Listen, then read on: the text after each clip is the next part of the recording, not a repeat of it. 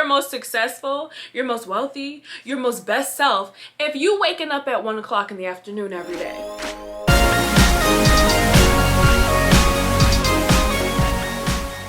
Hey friends, welcome back, and just like big virtual socially distanced hug to all of my new friends that have joined the, let's call it a group chat. Yeah, I like that. Thank you everybody for joining our group chat where we share all of the gems. Maybe we'll go with that. I like that. Hey friends, welcome to the group chat where we share all the gems.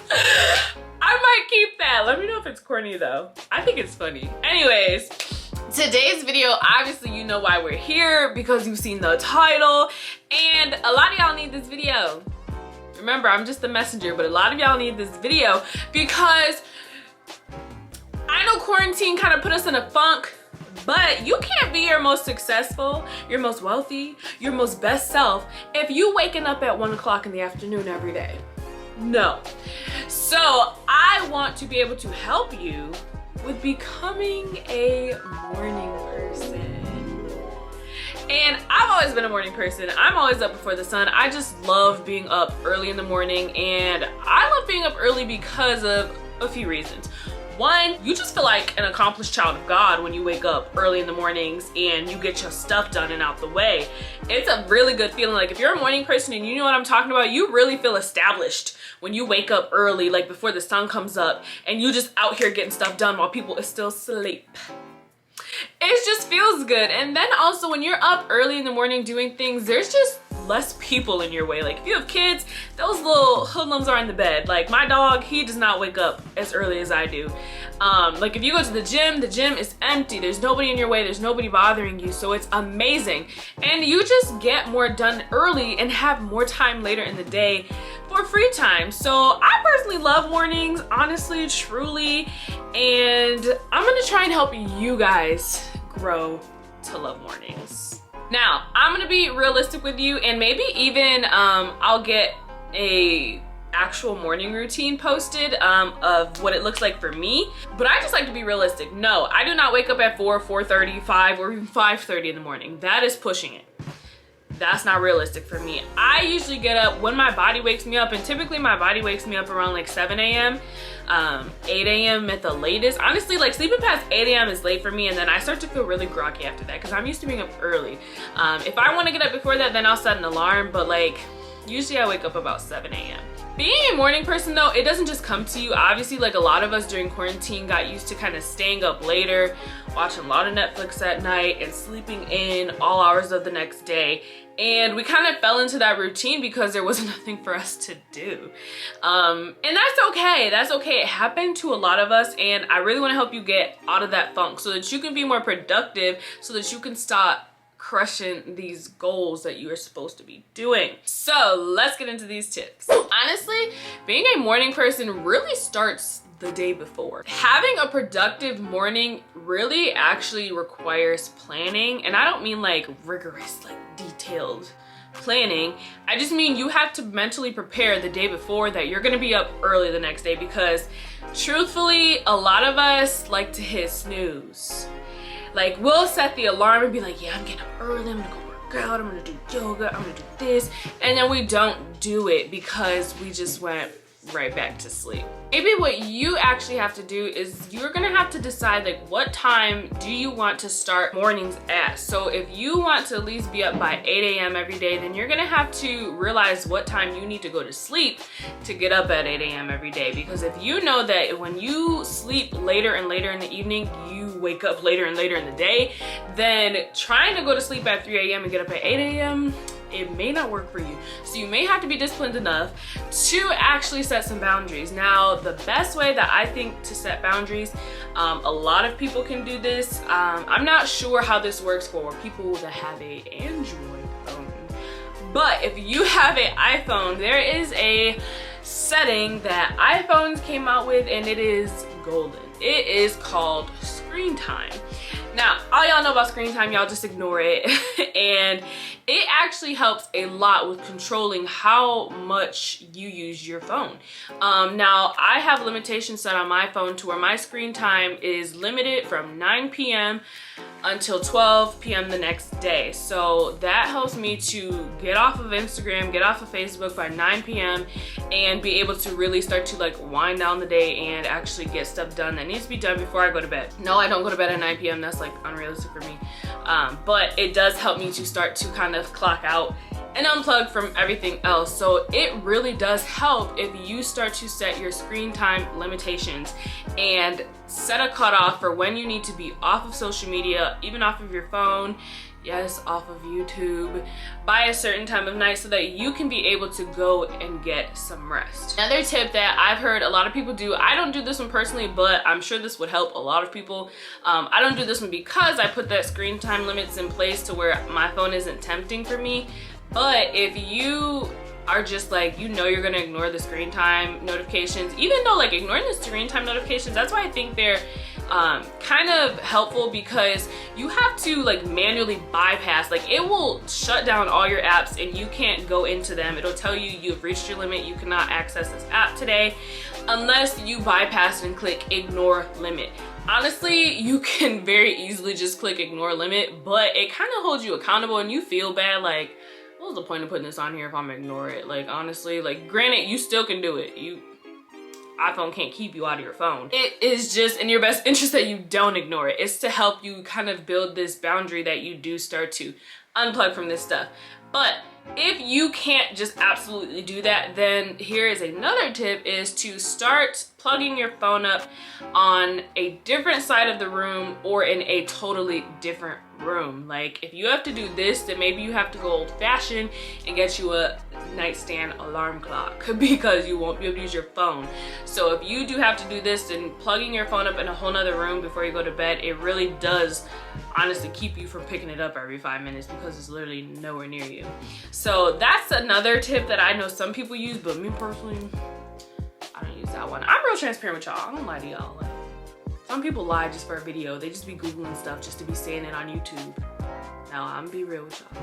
I don't do that. Obviously, I'm starting these kind of tips off with things that have to do with our devices, because our devices are honestly the main reason that we don't go to bed on time. It's because we are really wrapped up in our technology, our social media, TV, video games, and we really have a hard time realizing when it's time to unplug from those and start to wind down, because our brain, like in our body, really needs like this unplug from all of that stuff, because it is a lot during the day. So hopefully those can kind of help you with breaking away from your devices.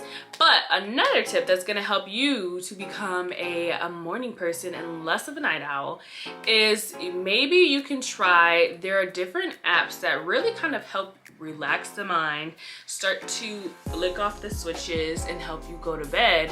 And there's an app called Calm, and y'all, I've heard a lot about this app, and I don't struggle with this, so I haven't downloaded it myself, but I have been thinking about downloading it only because Miss Tabitha, Auntie Tabitha Brown from TikTok is now on that app. And if you know who Tabitha Brown is, and you know how good her voice sounds, and it just makes you just like want to go to sleep. And she's like on there reading stories now, and there's a bunch of other people that like read you stories or just talk to you, and it's like a really calming voice. Only thing though about this, if you're anything like me, I take a lot of stuff into my dreams. Like, if there's things on the TV that is playing before I go to sleep, I usually have dreams about it, or even nightmares. So I'm afraid that if I do listen to stuff like that before I go to sleep, it may kind of mess with me in my sleep. I don't know if that makes sense, but like, I feel like I dream every single night, so I kind of take things into my sleep. So it might be in your best interest to maybe not listen to people talk, but to maybe listen to white noise, like rain, or you know, like a thunderstorm, or waves, ocean sounds, or whatever. And you can literally look that up on YouTube. There's hours of it, or Apple Music, and just use those as a sleep aid to help you go to bed. Also, I'm not telling you to do this, but like, I'm not telling you to do this. You didn't hear this from me. I didn't tell you to do this, but like I have done before, taking a Benadryl or even NyQuil. Heck, I wouldn't even put past taking melatonin. But I'm not telling you to do that. I'm just saying that if you need to do that, it might help you sleep. Also, another thing that you can do to really set the tone for the next day is the night before, definitely plan out what it is that you have to do in the morning. And that can be from writing it down in your planner, from step by step. Like in the morning, I'm going to wake up, I'm going to work out, I'm going to get back from the gym and make some coffee, brush my teeth, wash my face, do my skincare routine, and then start working on some things that I had to get done, start sending emails, start making schedules for next week. Whatever it is that you think is going to be on the agenda for the next day, write it all out the night before so that when you wake up, there is no gaps in between plan A and plan B. Like, you can just continuously go throughout your morning and actually be productive and not just busy. Also, you can plan out things like what you're gonna wear. Like if you know you're going to the gym in the morning, then lay out your gym clothes down to the sports bra, the socks, and the shoes. If you know that you are working or meeting a client or doing whatever, pick out your outfit, put out your hair things, like do whatever it is that is going to help you continuously and swiftly move throughout the morning without having to kind of get caught off guard by anything. Also, a really big thing that I do this probably like 75% of the week. I won't say that I'm perfect and it's always something that I do, but clean your space the night before. I can't tell you how much better I sleep when things are clean, like the kitchen is clean, my office is organized, things are put away. And then how much more efficient it is in the mornings when I wake up and I want to make some coffee, or I want to make an iced coffee or tea or whatever, protein, whatever, cook breakfast. Things are just clean already and I don't have to really worry about that. Like if I wake up and I walk into the kitchen and there's already a sink full of dishes, I am less inclined to make me a nice big healthy breakfast or smoothie because I have to do the dishes first. Like, I don't want to do that. So if you can just prep your space the night before for a clean and pleasant morning, then you will be a lot more productive in the morning.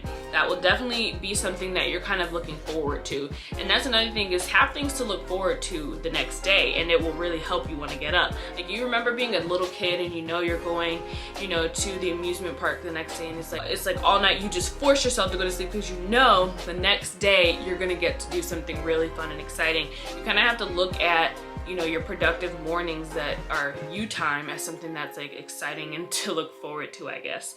Next, on top of all that stuff, you have to do something that is going to sound very simple, but let me break it down to you. You have to set an alarm. You're not just gonna wake up in the morning if you're used to waking up in the afternoon. You have to set alarms, and I don't mean a basic alarm that has a snooze button, because if you're anything like Marcus, he just hits the snooze button 16 times. I feel very attacked! Relax. You want to avoid that basic built-in alarm app on your phone that has a snooze button. If that's what you absolutely must use, then disable the snooze setting, because you're going to hit it. You're going to tap snooze and roll back over, and then it's gonna wake you up again 10 minutes from now, and then you're gonna hit that again, roll back over, You're just gonna keep doing it, and you're going to end up oversleeping. I recommend, here's what Raven recommends, try using this app. This app is called Alarmy, and we had to start making Marcus use this app because there's no way for you to turn this app off without getting up and exercising your brain.